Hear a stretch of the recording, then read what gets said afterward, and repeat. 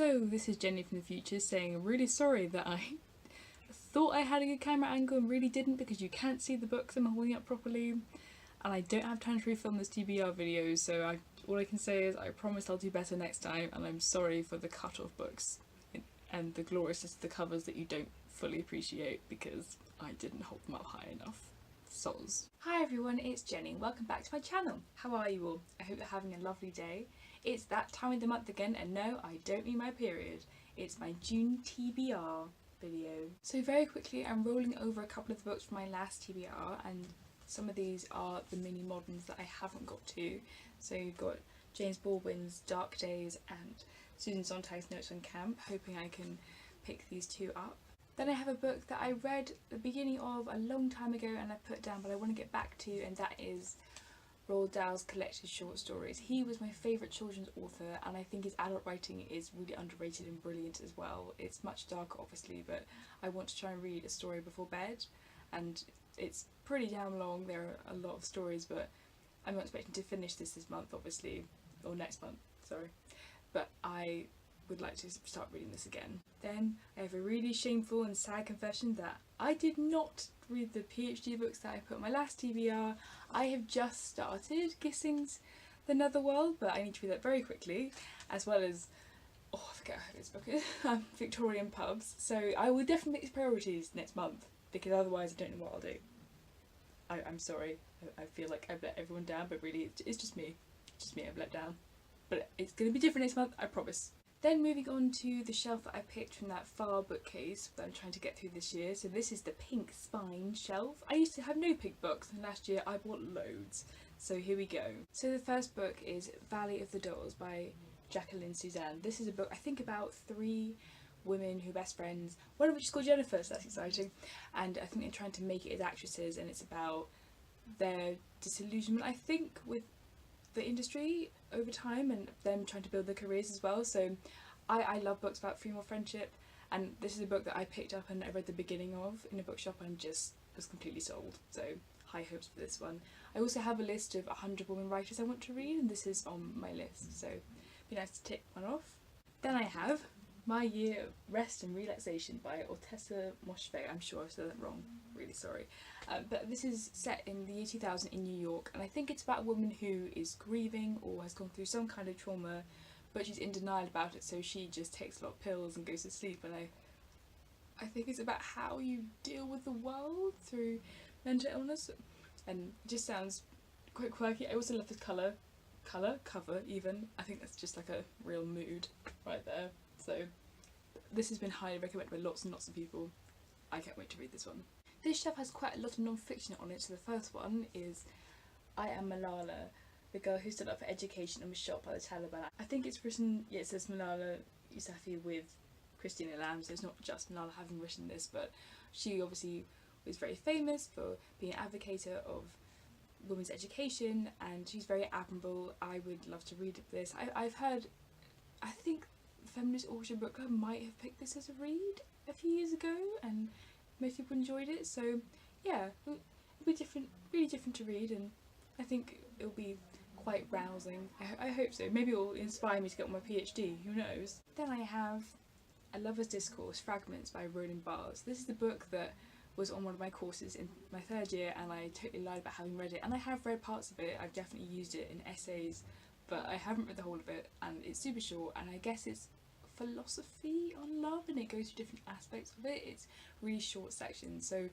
I might not agree with everything in it, but I'm sure it'll be thought-provoking, and one of my other friends has read it because she was on a course with me, and I quite like to talk to her about it, so hopefully, because it's short, I'll at least get to part of this, but we'll see. Then we have probably the most exciting non-fiction book to me from this shelf, possibly the most exciting book actually on this whole TBR, which is Unmentionable, The Victorian Lady's Guide to Sex, Marriage and Manners by Teresa O'Neill.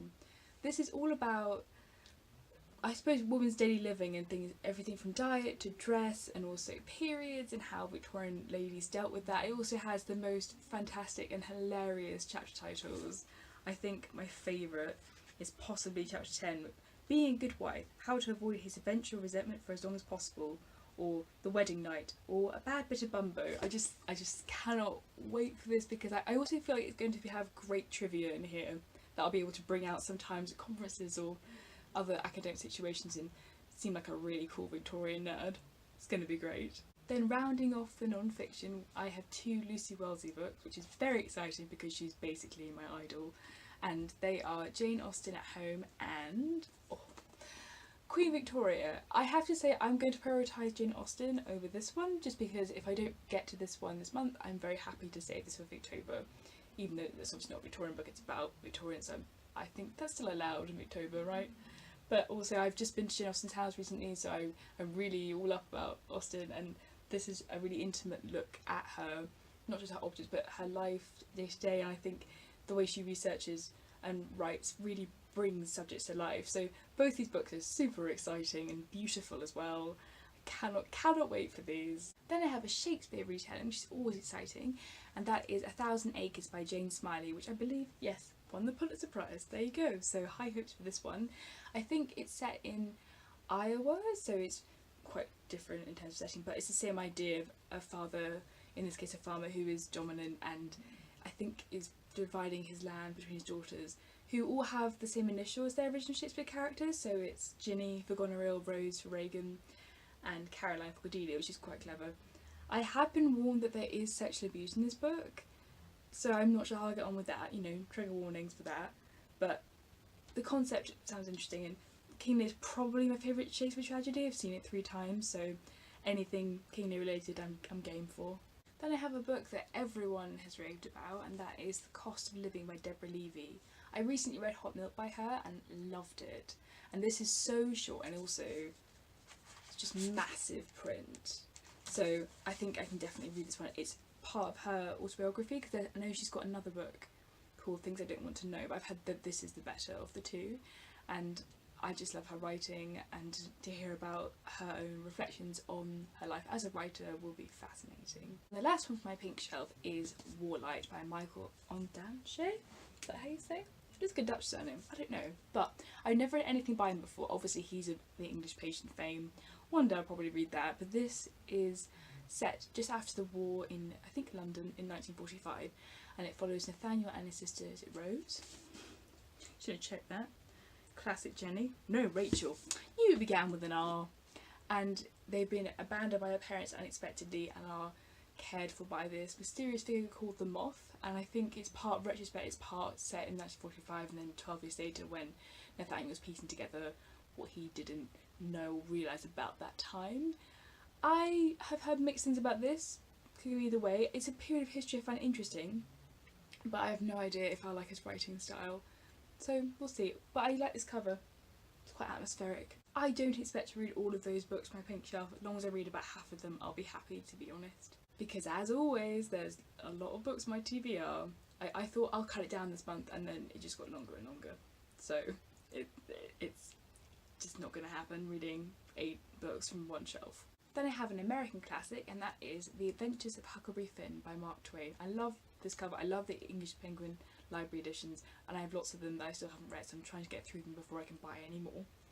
And this follows on from The Adventure of Tom Sawyer, I think, which I read a few months ago, and I liked. I didn't love it. I do think it's definitely much more of a children's story, and I can see why it's aimed at boys more. It is the quintessential American adventure story, really.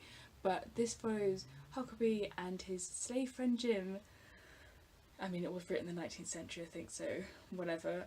And it's them, I think, running away from Mississippi, and it entails all the crazy characters that they meet and things they get up to. I think I'm not expecting to love it, but it's a good summer read, definitely. It's the right time of year to read this kind of book, so it'll be fun and gentle and easy, I'm sure. Then I have a very exciting historical novel which I've had on my shelves for far too long, so this month I really want to get to it, and that is The Sealed Letter by Emma Donoghue. This is set in Victorian times, so obviously I'm excited about this.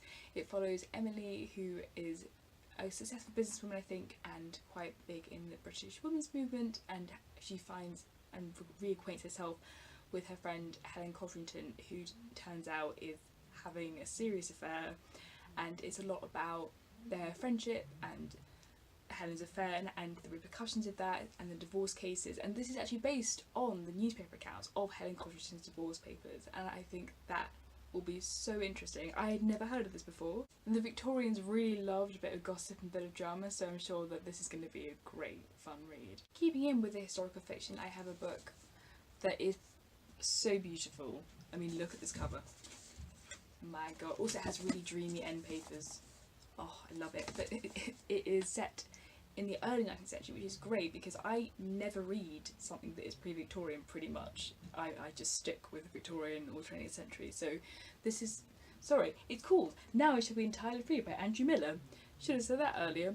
But it's set 1809 and it follows a soldier who has fought in the Napoleonic Wars in Spain and has come back haunted and traumatised by what he's seen. I think it's partly him trying to escape from what he's seen and not be called back to the army, but also he's being hunted by an English corporal and a Spanish soldier.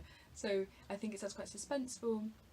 I don't know if I'll get to it because it's quite long, but I know it's been shortlisted for the Walter Scott's Prize, and while I'm not actually purposely reading the shortlist, I actually happen to have read half the shortlist already and own a few as well, so yeah, I might as well read this, and if it wins then great, and if it doesn't, never mind, I'm sure it'll still be a great book. Then I have another book which happens to be on the shortlist for the Walter Scott's Prize, and that is After the Party by Cressida Connolly.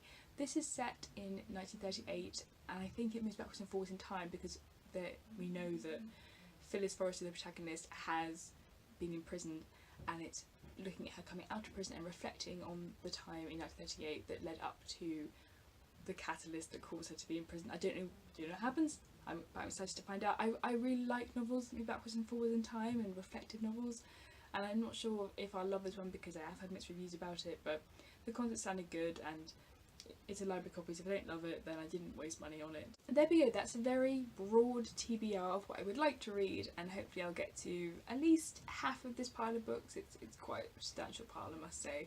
So let me know if you've read any of these books and you enjoyed them, or if you'd like to read any of them, or what you want to read in June.